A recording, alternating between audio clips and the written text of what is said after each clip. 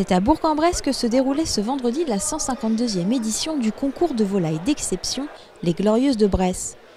Organisé dans 4 communes de la région bressane, chapons, poulardes, poulets rôtis, oies, dindes et dindons, fruits de presque une année de travail, sont fièrement exposés par les éleveurs.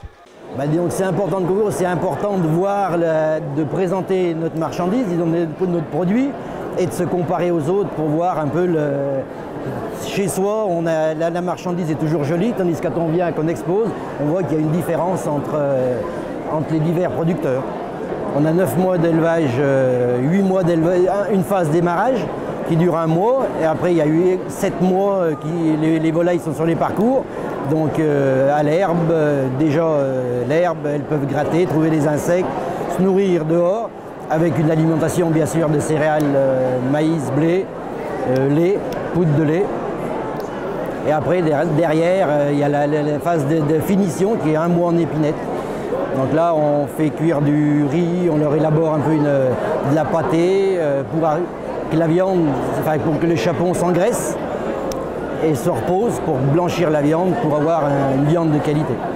Les volailles de Bresse sont les seules volailles à bénéficier d'une appellation d'origine protégée en France, gage d'un terroir et d'un savoir-faire de qualité.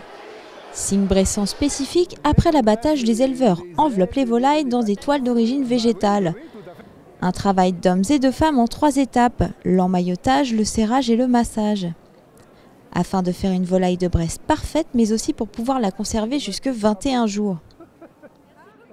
Les jurys qui se réunissent sont constitués dans des équipes de 4 ou 5 personnes, avec des professionnels restaurateurs, éleveurs, voire anciens volaillers. Ce sont tous des professionnels anciens qui ne sont plus en activité, donc qui ne sont pas partie prenante par rapport aux éleveurs qui présentent.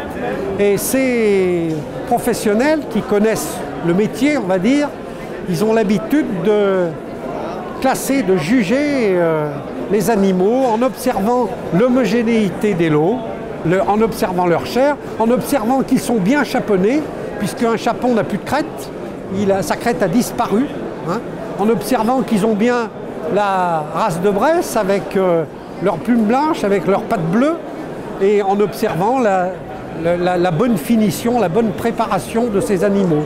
Grande nouveauté de cette année, la Bresse Inbox, une boîte prototype imaginée par les étudiants du pôle Alimentech en partenariat avec le Crédit Agricole. Une boîte utile pour le transport des volailles achetées lors des Glorieuses de Bresse.